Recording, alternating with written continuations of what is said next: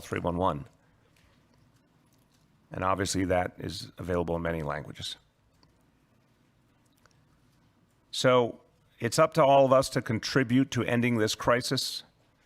Every New Yorker can help, and the information you spread really can empower people to do that. We want to get a lot of information out. This is it's guidance and safety tips, frequently asked questions. This is available now in 15 languages, and by Friday it'll be 23 languages. So this is these 2 pages, very, very important basic information we want to get out there. Please get this around to all your communities. It will also be available at nyc.gov/coronavirus. This is a flyer, Stop the Spread. Very informative, basic flyer.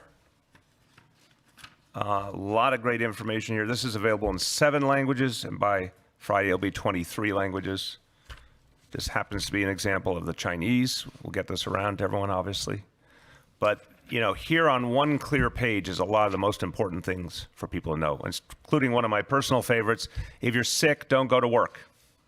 If you're sick, if your kid's sick, don't send your kid to school. Let's really do the basics here. That alone could have a huge positive consequence in terms of ending this crisis.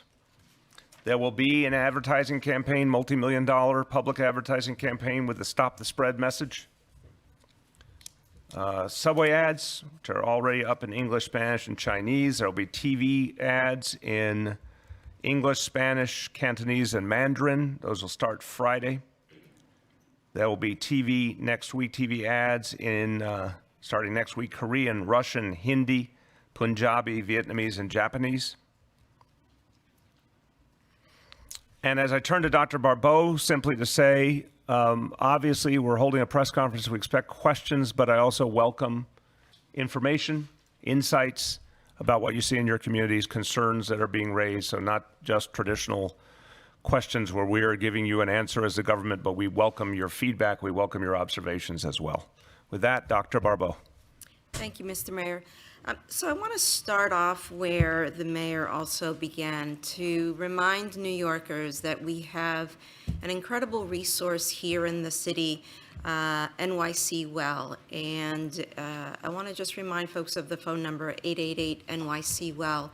The reason why that's so important is because we recognize that when people hear new information that may sound scary, and they're hearing every day of increasing numbers of individuals affected around the world, increasing number of individuals who are dying because of this illness, it may cause anxiety, depression, a variety of reactions. And indeed, you know, they may be having family members that are affected in these countries. And so we want them to know that NYC Well is a resource that is available 24/7, any language. You can text as well. And so I've also been saying that anxiety and fear about this illness is not an excuse to spread hate. And the best way that New Yorkers can contribute to having a more healthy city is by ensuring that they have all of the correct information. And so we encourage New Yorkers to take advantage of the resources that we have. I want to just review and summarize what we are learning every day about this virus. When this first began, we were very clear that in what it means to be a novel virus means that it's never existed before. No one in the world has ever been exposed to this. And so there are a lot of people who are not immune. And when we have that kind of a situation, it's natural that every day we will be learning new things. Initially, we thought that this virus was transmitted by prolonged household contact, meaning that people who contracted the illness tended to be members of families or people who lived together.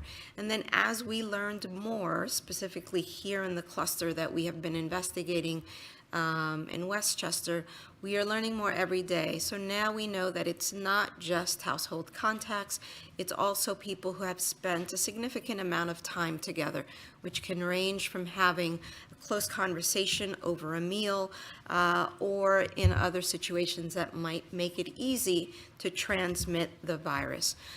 And we may continue to learn more about how this virus behaves, but the important thing is that there are some very basic things that, as the city's doctor, I want New Yorkers to always do, and those are to wash your hands frequently. Best to do it with soap and water, but if you're not close to a water source, to use alcohol-based hand sanitizer. The other thing is that if you cough or sneeze, to do it into your sleeve, not into your hand. And most importantly, if you're sick, don't go to work. Don't send your child to school.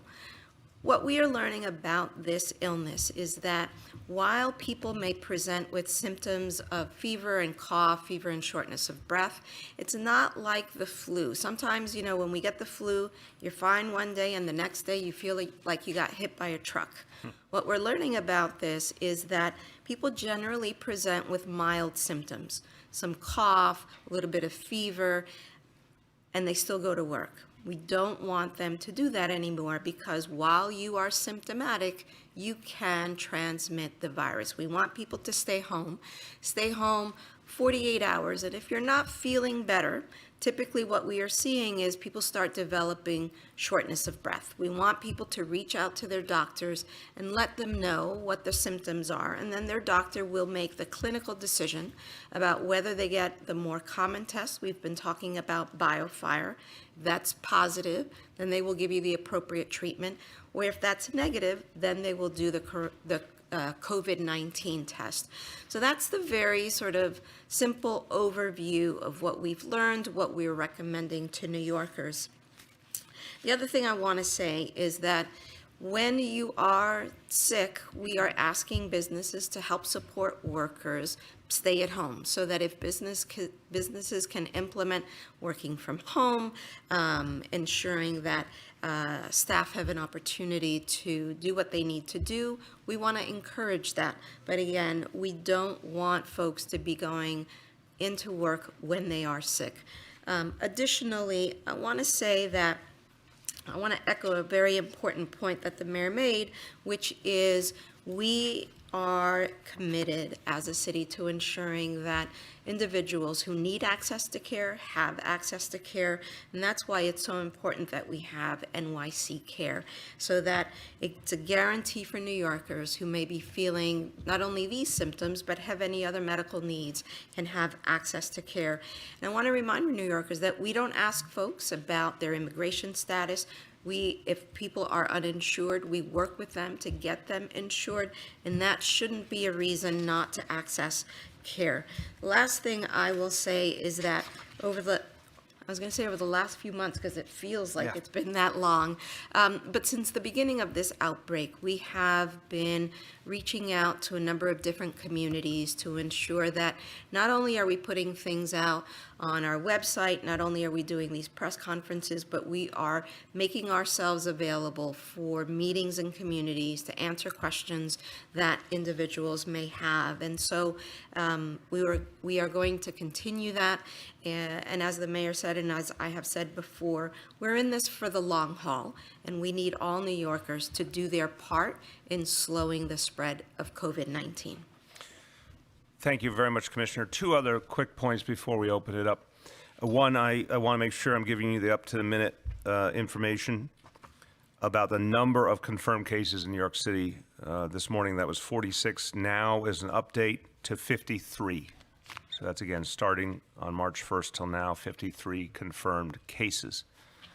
Also, an hour or so ago, I spoke to the chair of the St. Patrick's Parade Committee, Sean Lane. He and his colleagues are talking through the situation with the St. Patrick's Parade. We're also in close consultation with the state and the governor's office on this. first want to understand the intentions of the parade organizers. I know they are trying to very quickly decide if they think there is a context for them to continue or not. We're waiting to hear that back. But certainly the city and state are looking at the situation as well, and I think we will have resolution on all this today or tomorrow, either way, but trying to always do these decisions in consultation as much as possible with the organizations involved. Okay, with that, want to take questions. We'll start on this side. Go ahead. New York One is reporting that the St. Patrick's Parade has been called off. I think by We're waiting for confirmation. We heard that too, but again, from the information I had in the last conversation, that was not confirmed. So I want to What was the discussion that you had with the parade? don't want to get into details of a private discussion, simply to say I think it was a very thoughtful conversation where clearly the folks who run the parade are very, very concerned for everyone's health and well-being. They obviously also have a tremendously beloved annual event that's been going on for hundreds of years, literally, and want to be very careful and smart about it. So we're all in consultation. If they have made that final decision as confirmed, well, that will end the discussion. If there's more to be done, again, between us and them and the state, I believe that'll all be resolved today or tomorrow. Commissioner Barbeau personally tell the parade organizers that you wanted this parade? I'm not going to go into a private conversation. We're weighing all the factors with them. Commissioner Barbeau? Again, that's all there is to say to it. Go ahead. You spoke about those who are uninsured and insured, but there are people in the city who can't afford to stay home Yes. because maybe they are documented and they need the work. So what is the city planning on doing for those people? Well, I want to make sure I'm understanding your question. Right now, again, our goal is to be smart about the public health needs of this city, but also keep the city running as best possible, keep people employed. We obviously care deeply about people's livelihoods. I'm very worried about, there's literally millions of New Yorkers who, if they lost, even a week of pay, would be in real tough shape. So we're trying to balance all those factors, but let me understand your specific question. Yeah, that was the question, because you spoke earlier about people feeling sick and having to stay home. Yes. But for some people, they cannot work remotely because of the type of job that they have. So that means that if they stay home because they're sick, Right. they might end up losing. Let's talk about that. It's a great question. So this is going to be a combination of Dr. Barbeau talking about how long it normally takes to understand if someone is sick with coronavirus or not, but also paid sick days. So obviously for all New Yorkers, with a very few exceptions, for the vast majority of New Yorkers, paid sick days means if your own company does not have a paid 6 days policy or your union has not guaranteed you a paid sick day policy, we ensure that many other New Yorkers have such a policy. That's 5 days each year. That's really important here because that connects to how long it takes to figure out what's going on with someone. There's also real discussion going on at the state and federal level where we would need the help about, trying to extend paid sick days, unemployment insurance. Obviously want to see all of that done. But let's start right here at home. Doctor, help us understand what it normally takes to determine from symptoms what's going on. Certainly. So the average time that it takes for someone who has been exposed to COVID-19 to develop symptoms is anywhere around 5 to 6 days. It can be as short as 2 days. And so in that time, most people develop, as I mentioned before, fever and cough or fever and shortness of breath. And so what we are advising New Yorkers to do is to stay home for the first 48 hours. And if they're not getting better, to then reach out to their doctors. What we're also asking doctors to do is to implement things such as telemedicine, so that instead of someone having to go into the office, they can be assessed either over the phone or through things like FaceTime or other video conferencing. The point being that a patient be assessed to determine whether or not their symptoms are getting better or whether they're getting worse enough so that they need to be seen in a healthcare facility. Anyone this row? Yep. Brooklyn Hospital Center, are there any updates on those two cases, the two gentlemen? In general now, I'll start, and if anyone has something specific to add, they will. So we said a couple of days ago that just the volume of cases is such that we're not going to be doing individual updates as we were able to do before with a much smaller volume.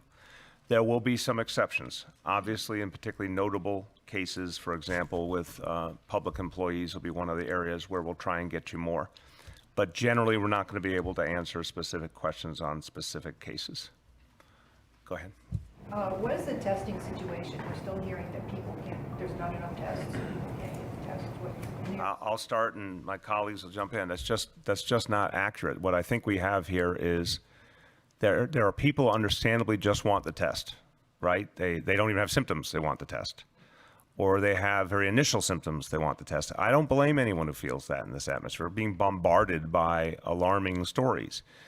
But the first thing, and really want people to report this, is, okay, you feel symptoms. First, don't go to work, don't send your kid to school, etc. And doctor, both doctors, you'll correct if you don't like anything. If your symptoms start to fade over a day or two, that's one thing. If your symptoms manifest and continue or get worse, that's another thing. Anything that seems like it's sustained, we want someone to get to medical care and get tested for the more traditional, I'm using my own term, more traditional diseases. Before we ever heard of coronavirus, there were lots of other diseases that would cause those kind of symptoms.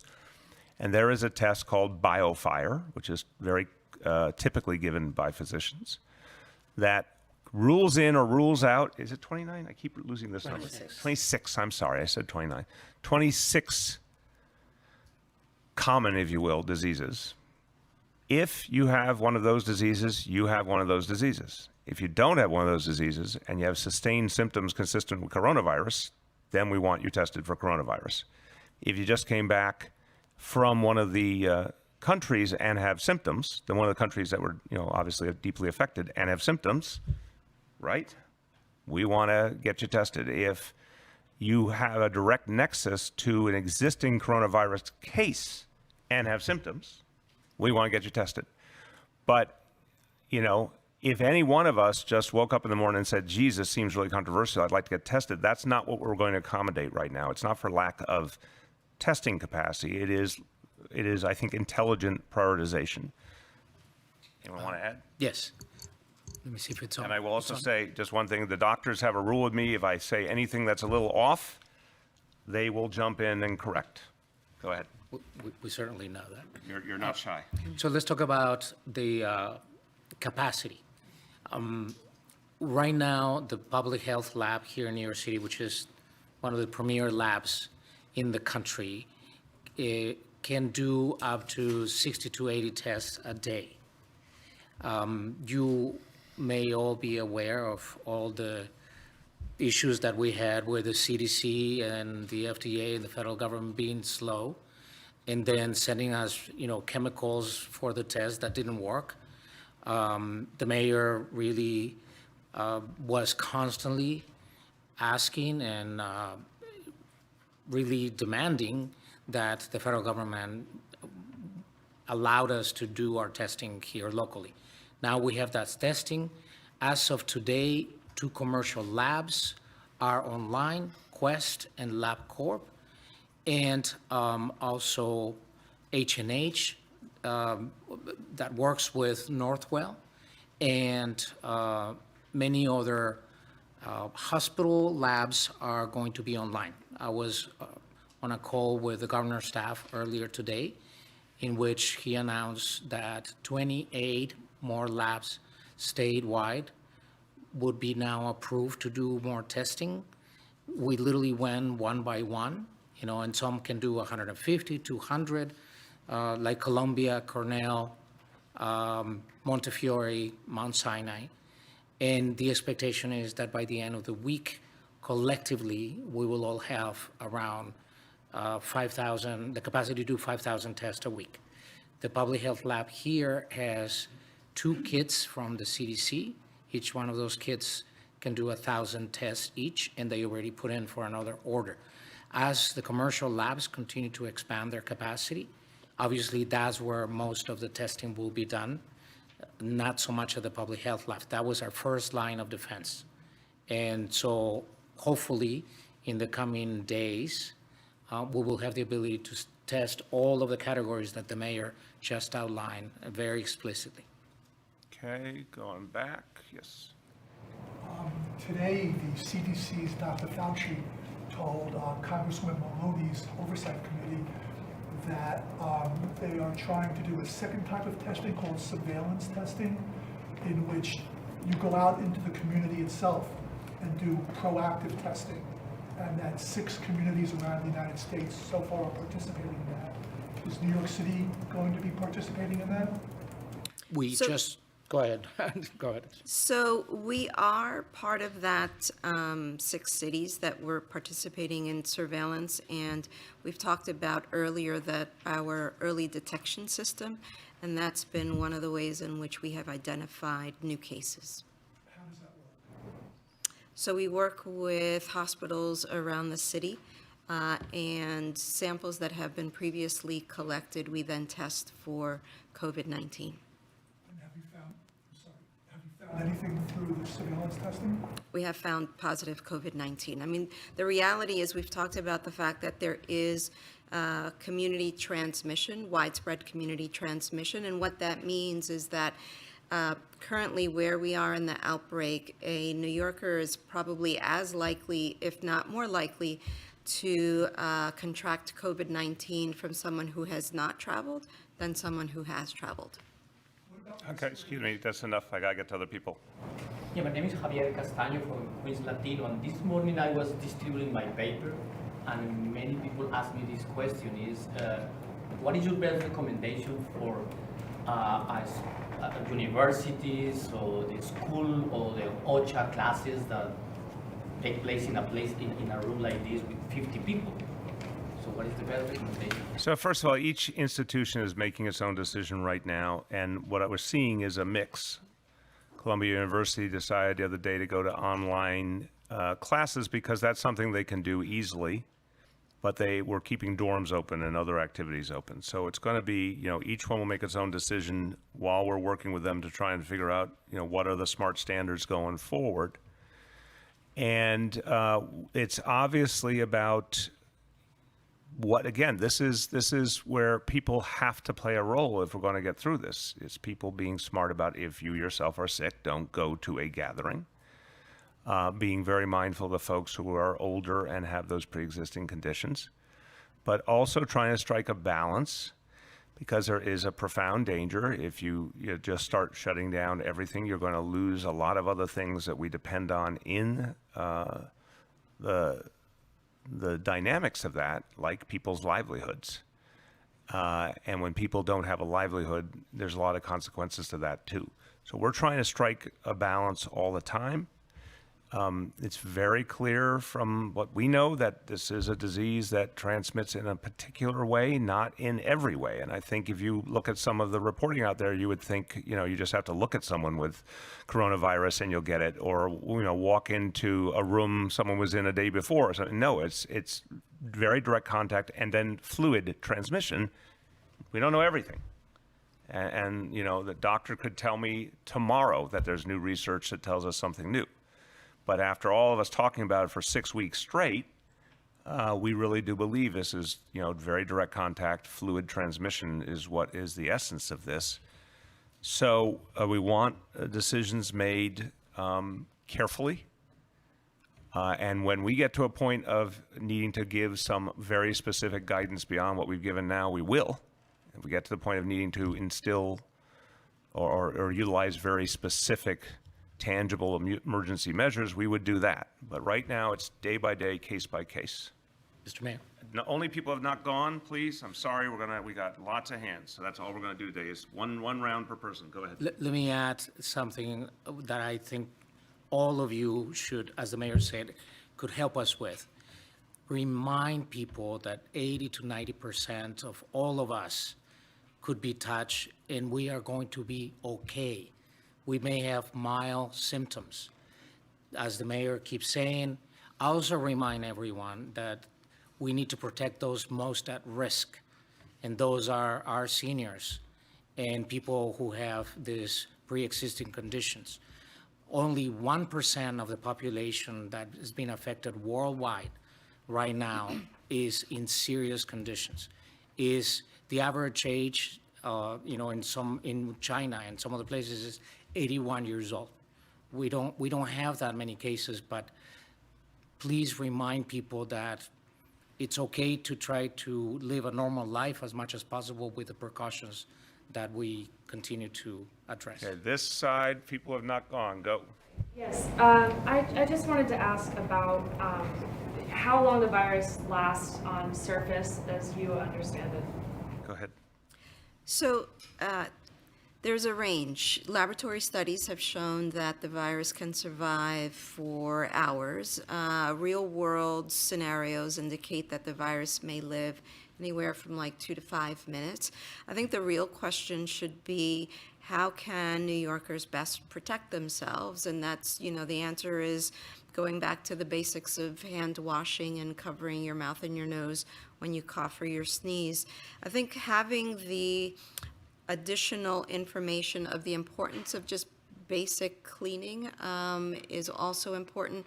Part of what we haven't talked enough about is the behavioral changes that we as a society need to go through, and to remind ourselves that every time we are wiping a surface, every time we are washing our hands, that it's not just about doing it for ourselves, but it's for doing it for our neighbors as well.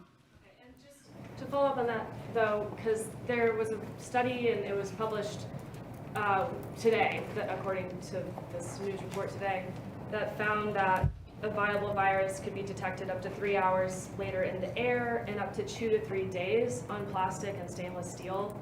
And I'm just wondering, if the city has been able to evaluate that study and draw that into what you all are recommending people, because this study is saying it could be up to 2 to 3 days on plastic and stainless steel.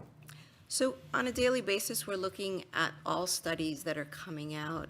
Scientists across the world are studying all aspects of this. I think the important thing here to note is the difference between surviving in a laboratory setting and being able to actually transmit the virus in a way that it causes illness. And so I don't want New Yorkers to come away thinking that in any way, shape, or form, they have to worry more about one particular surface or another.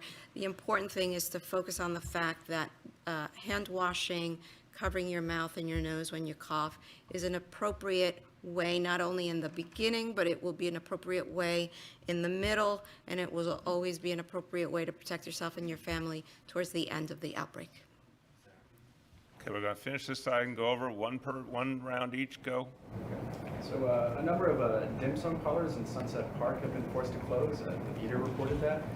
Is there anything the city can do to help those businesses and their employees while they're closed? Yeah, I mean, the things we've put out there already, that for businesses under 100 employees, we can do no interest loans of up to $75,000. For businesses of fewer than 5 employees, we can do direct grants up to 40% of their, I think it's operating expenses is the basis. I need to check that.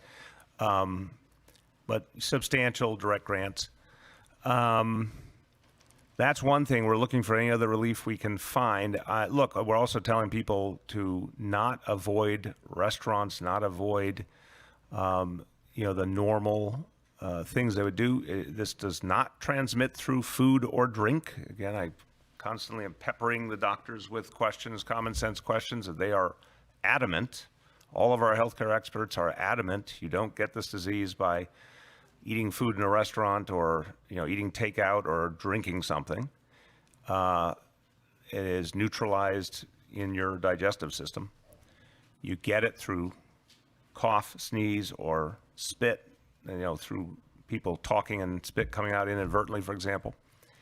And it has to go directly into your mouth, nose, or eyes. So people should go out and continue to live life, should go out to restaurants. And obviously, we don't want any discrimination. That's unacceptable. But for businesses that are hurting, we'll try and give them support. We're hoping that we'll see other federal support as well. And I'd hope they can hang on, because this is something that'll be with us, but it will be with us for a finite period of time. Go ahead. For relief for small businesses, March 15th is deadline for income tax for 19. Would your administration consider a extension without penalties or interest for filings and payment of expenses? Yeah, we'll look at that. I have to get clear about how what we do interrelates with the state, but we're certainly going to see if there's a way to provide some relief there. Way back? To the degree that some businesses are being proactive and staggering employee schedules and doing the best they can to have folks telecommute, is there a clinical medical basis for that kind of move? Is that a good idea? Yes. One. And secondly, and if you could explain why that is and make that clear. And then secondly, is the city planning on doing the same?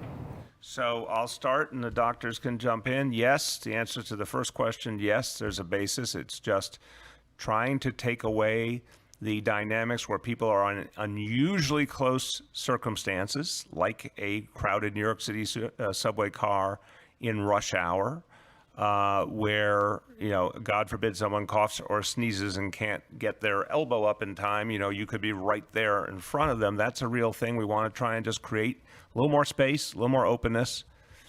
Staggering work hours, allowing more people to telecommute really, really helps. So that's the basis. The doctors can give you a more elegant answer. We are looking at it for the city, but I said in several press conferences, we do have a different dynamic. We are here to serve people. We are not profit-making enterprise. We have less flexibility because our people have to be where they have to be when they have to be. We have to, our first responders, our teachers, our health experts, our nurses, our doctors have to be where we need them. But to the extent with some of our employees, we can create more staggering or telecommuting, we will. We're still working out how to do that.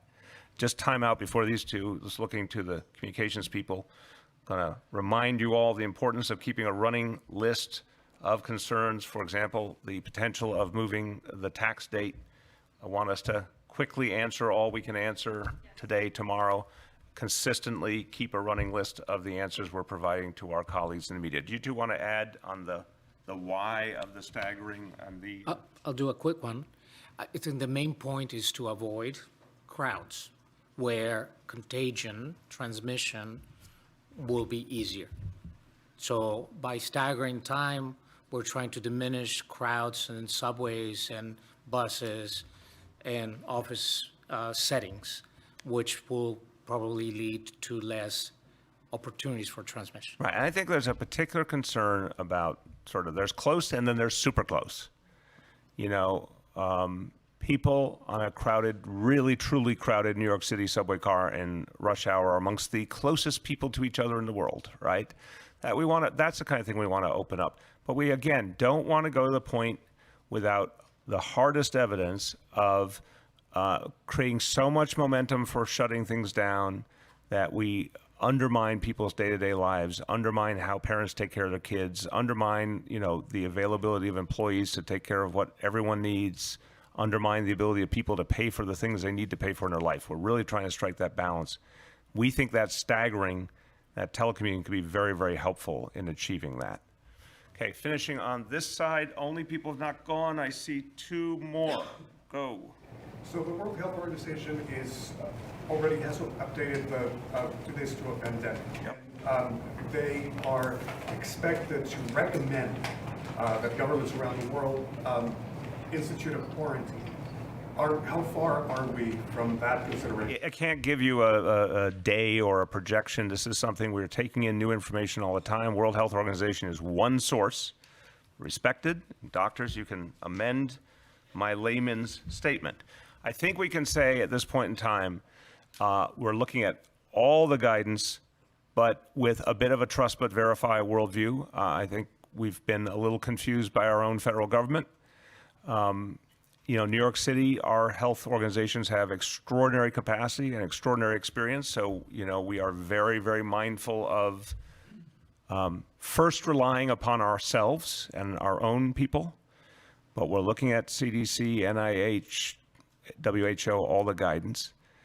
But I find a lot of media questions are about when are we going to shut everything down, if I could be so plain. And that's not what we're trying to do. If we have to, we will.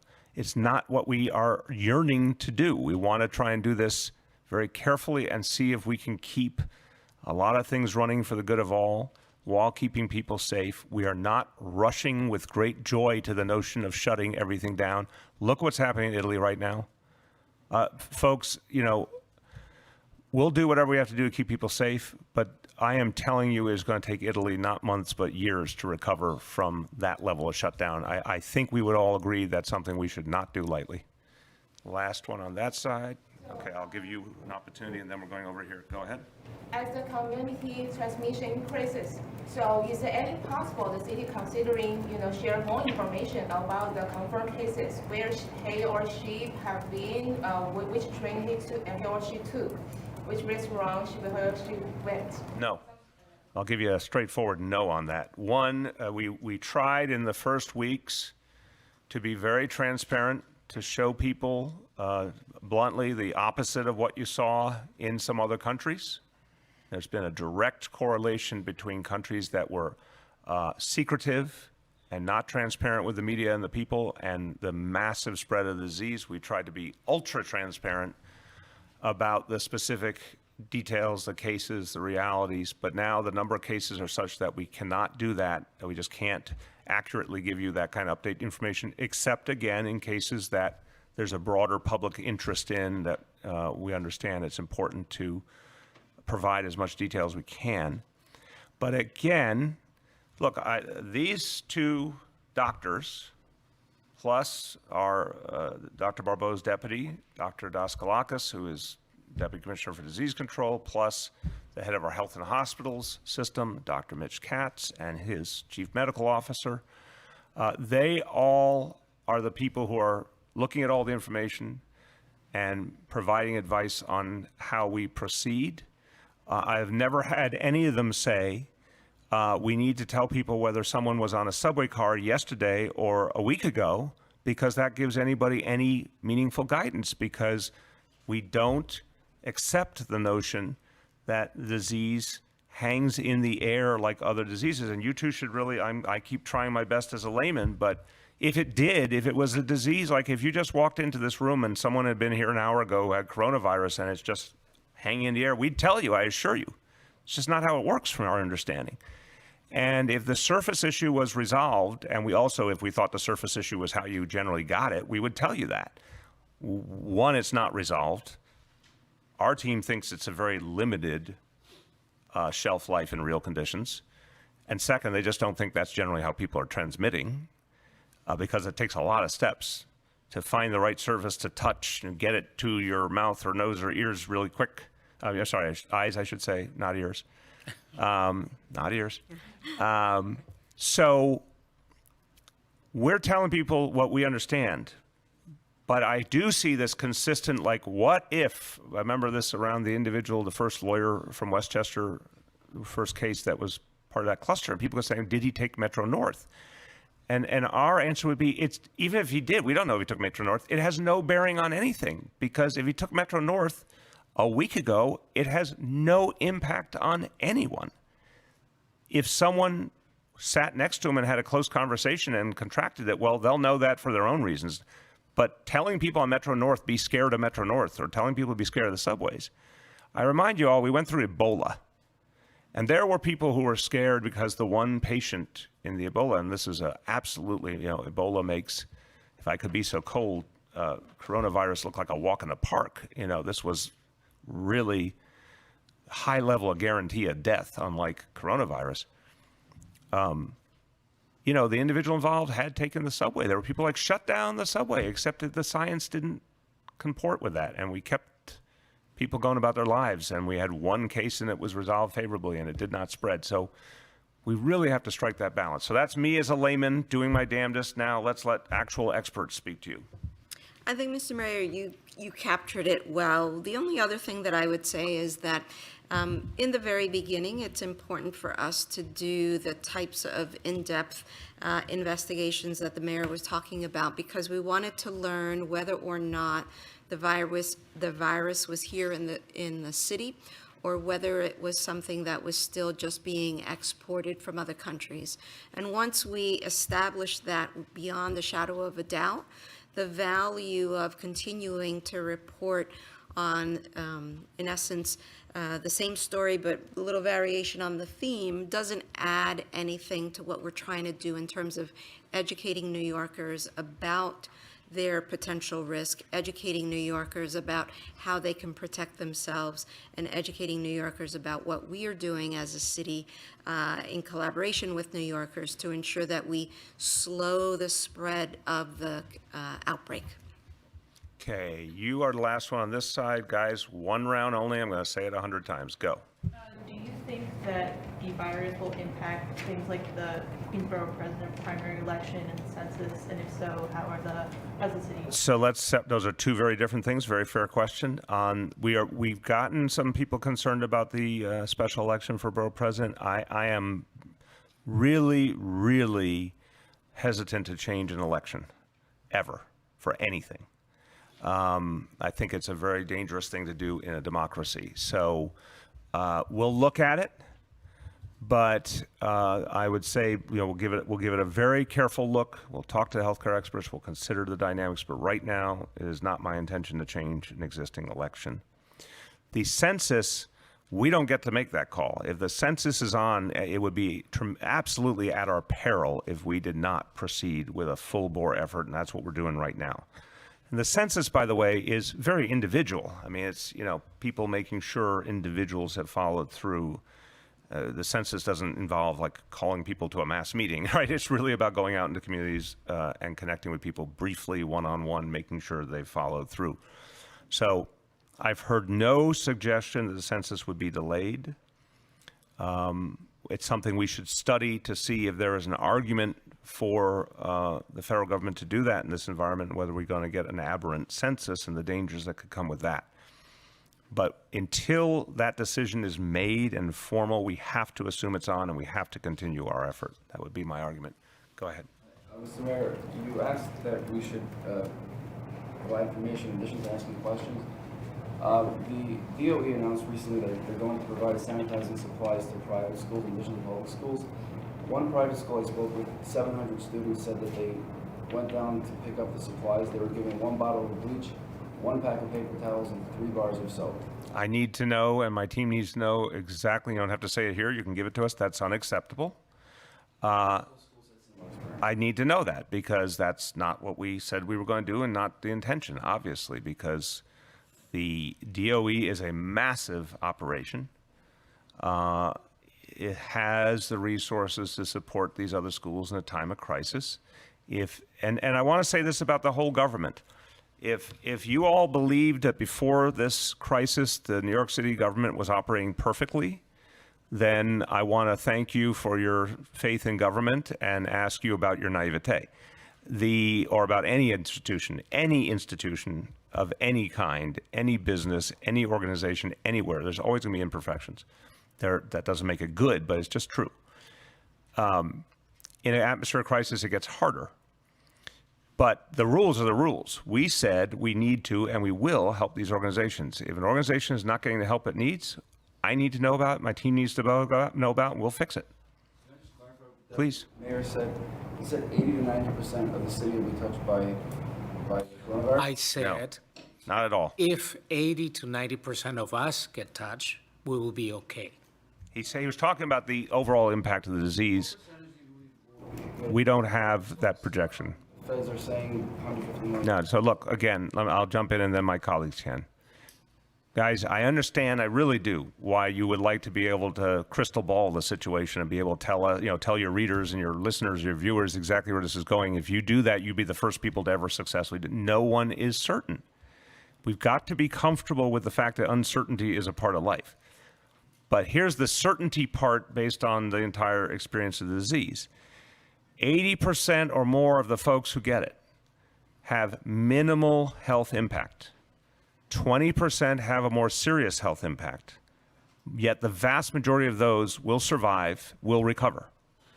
There's a debate about the exact rate of fatality, and we don't take that lightly. Even one more person dying is a tragedy, obviously. But whatever that is, it is a very small percentage of those who get the disease. So the deputy mayor's point is, whatever the ultimate number of people who do get it in New York City, the vast majority are not only going to survive, the vast majority are going to have a very limited experience with the disease.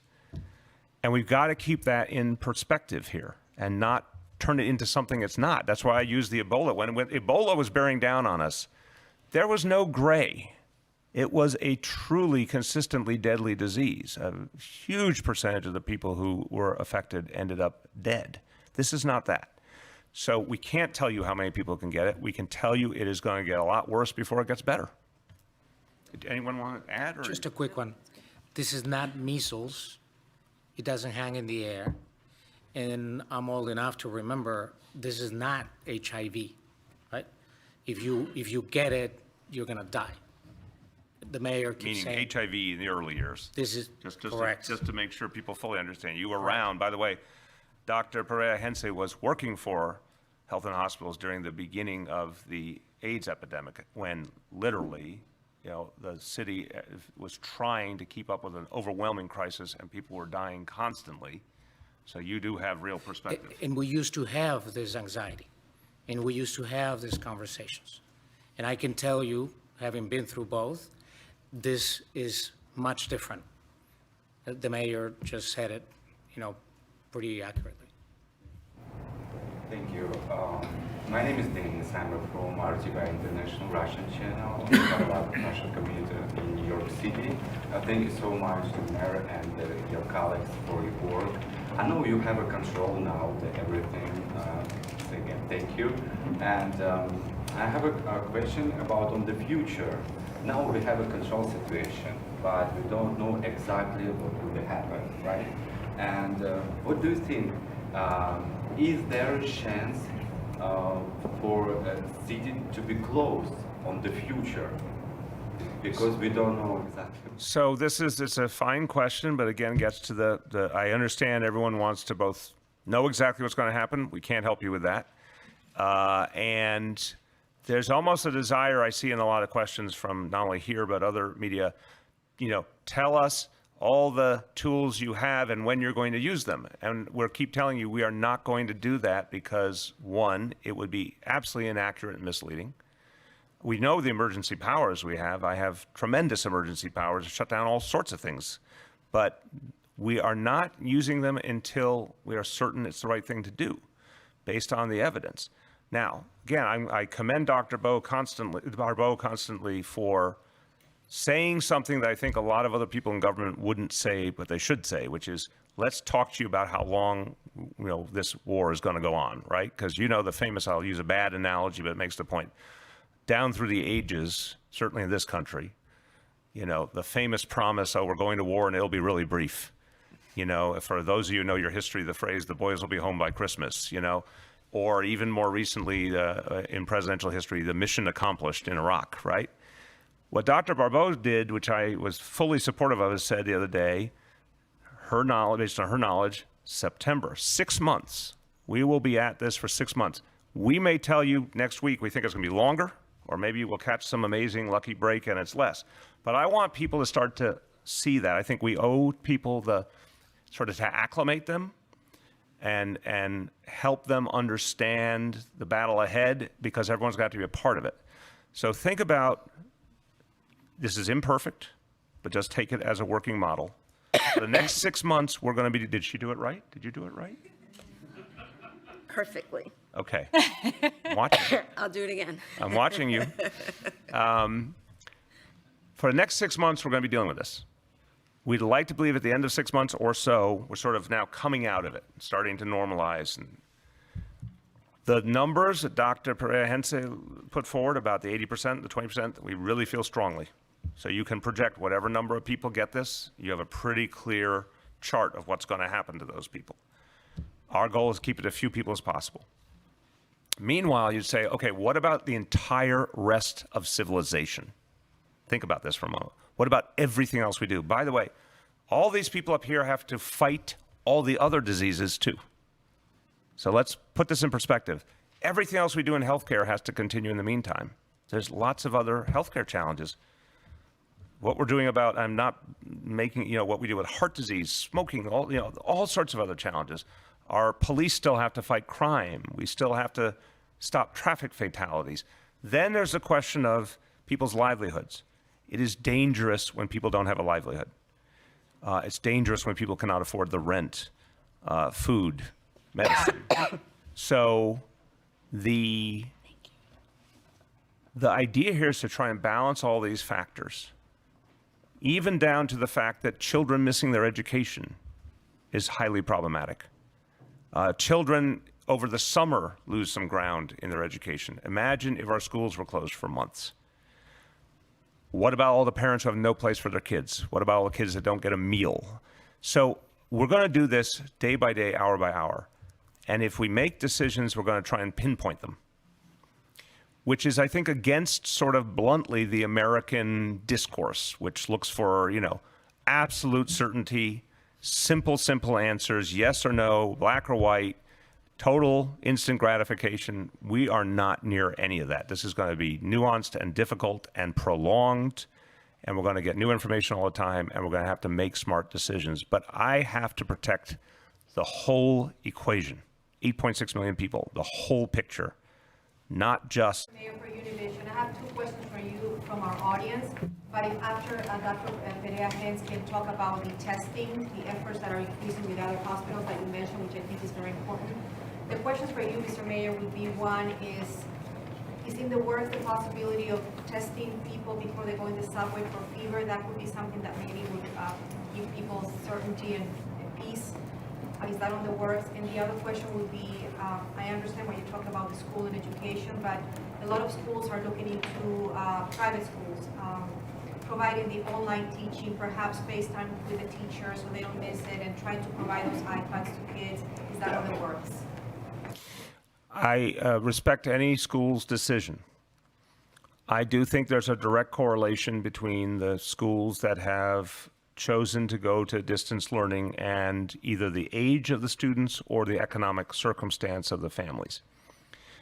College students, if you go to distance learning, you're dealing with adults.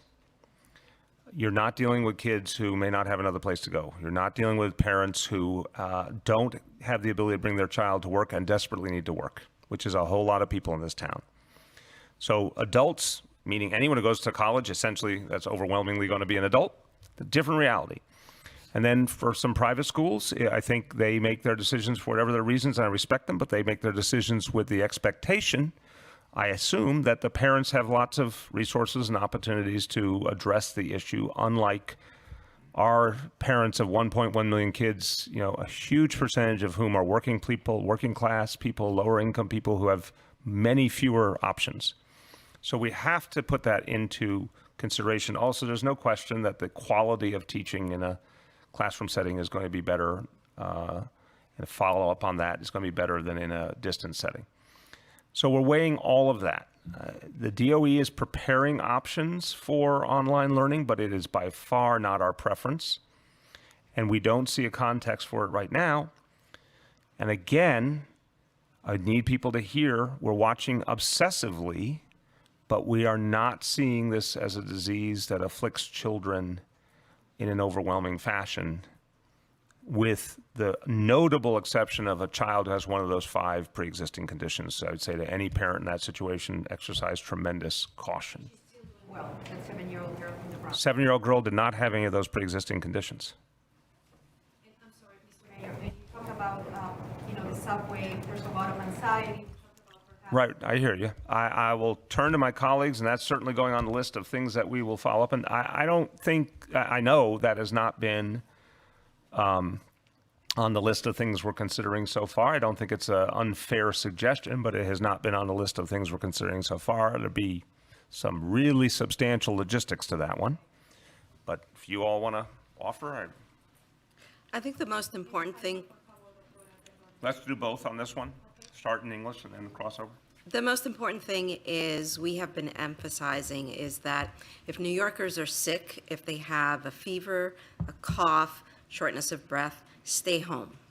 We need to ensure that New Yorkers are clear about what their role in this is, right? It's not just about what public health does. It's not just about what the healthcare delivery system does. It's what we all can do together. And the first step starts with just stay home if you're sick. Like, I can't say it any more bluntly. As the city's doctor, just stay home if you're sick.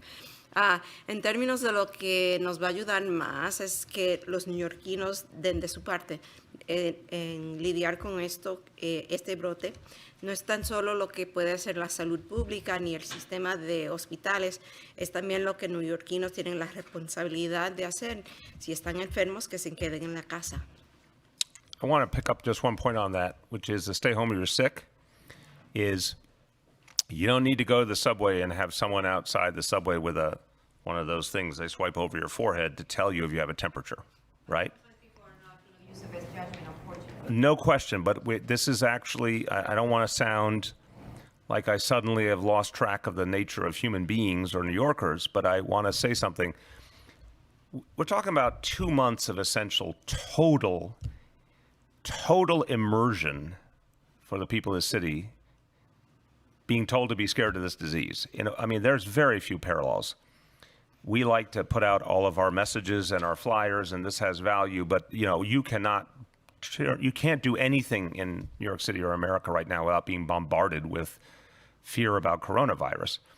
So I think when our health officials say, don't go to work if you're sick, and check your temperature, one of the number one indicators, right? And I think doctors, it would be helpful to sort of really put a pinpoint on how much fever is crucial in this equation. I think there's a hell of a lot of people who have a thermometer. If you don't have a thermometer, go buy a thermometer if you can. And I think that's, again, the vast majority of people. If you're not sure if you have a fever, take your temperature. Now, you could say, oh, you know, the government has to do that for me. I'm sorry. No, I'm trying to make clear. This isn't that kind of crisis. The government can do a lot. We cannot do it all. The people have to participate. So you could say, well, what if someone is not responsive?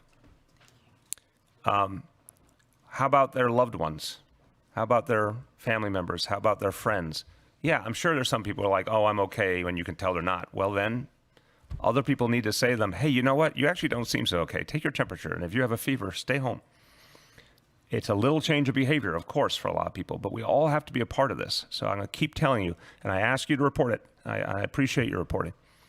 If the answer is, I'm going to sit back and the government's going to come and take care of me, that is a misunderstanding of this crisis. Everyone needs to participate. Would you speak to fever?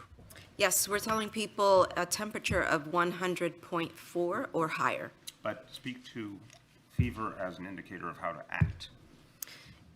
In any situation, if you've got a fever of 104, 100.4, don't go to work. Say that again. I think there's 100.4. So strike what you heard a moment ago. Erase that. I'm going to neuralize you, if we could, for all of you Men in Black fans. Start over. Doctor, what's that temperature? 100.4. So just less than 2 degrees over normal. There you go. 100.4. Don't go to work, right? At any point. And especially in where we are now in terms of this pandemic, we want people to have a lower threshold for staying home. So at any point, if someone has a fever of 100.4 and a cough, fever temperature of 100.4 and shortness of breath, don't go to work, stay home. Stay home, and if after 48 hours you're not feeling better, then talk to your doctor. And they may say, stay home an extra 24 hours, or they may say, you've got a chronic underlying illness, I want to see you. We need the most important part to be, don't go to school, don't go to work. Can I just ask you, for everyone's sake, just fever, nothing else? I don't know if that's even normal, but try it on for size. I would think we care about that too. Just fever, we want you to stay home because you may have something else, but Just it to doesn't clarify. necessarily mean that you have COVID-19. Right, but just fever alone, against abundance of caution, just fever, we want people to stay home. Yeah. Good evening, everybody, Mr. Mayor, everybody. I like you're oratorically strong. I'm impressed. Thank you very much. I used to be a homeless individual. I am now here because I'm trying to figure out, is New York City prepared to handle the homeless men, the women, and the children the same way they are prepared to handle the individuals without the, medication and the insurance as those who are a little bit more privileged here in New York City within the 5 boroughs? And how do you how can you elaborate this to all of us? Because I think it's an issue, because myself being an ex-homeless individual, I created myself, and I'm not looking to blow smoke up there. But I want to just have everybody understand that when there's a will, there's a way, but you have to gather your strength, get yourself out of that, Okay. be a strong individual. And how does New York City play this? Thank you. I got it. So, thank you. Thank you. For folks in our shelter system, obviously, we're ready to provide whatever healthcare support they need. For folks on the street, our outreach effort, Homestat is constantly working anyway, long before this crisis, 3 years, to connect with people deeply, get to know them personally, find out what they need, help them, which is a perfect methodology that fits this moment. We didn't anticipate this moment, but it fits it, where those relationships now get turned into also asking people if they're okay, looking for people with symptoms, getting them help. Again, I think my experience says in this dynamic, homeless people are getting the same media and information the vast majority of other people are in many, many cases. If someone needs help, I think they'll readily come forward and accept it. If someone we think is a danger to themselves or others, as per usual, we have the ability to act. But we will be out in force looking for people who need help. We are not seeing that as of yet. That's not where we're seeing the challenge. Okay, thank you. Yep. Ms. Mayor, because you said the city and the hospitals have been prepared for coronavirus since January 24th, but we have seen that the Uber driver in Queens, it leads to about 40 doctors and nurses to be self-quarantined. So what happened? Like, does the hospital follow the guidance? Did they make any mistakes? It's a great question. Let me first say, with all due respect to that hospital, it is not part of our public hospital system. So when I say we have been preparing since January 24th, let me affirm that means first and foremost the public sector, health and hospitals. That is Episcopal Hospital. That is not part of our public system. Immense guidance has been sent out. My colleagues will join in. Immense guidance has been sent out regularly to hospitals about how to create the right protocols. Overwhelmingly, it has worked because you've not seen any other situation like we saw in that hospital. I think by definition, there was a lapse and an unusual circumstance that led to it. That said, the hospital, I know Dr. Barbeau spoke with the head of the hospital immediately to make sure they had what they need. They could keep operating. They are. Those individuals, before you know it, will be back out of quarantine and back on the playing field. But something imperfect happened there. It's the only case we've seen like that. And there's a constant effort to ensure that the right protocols are used.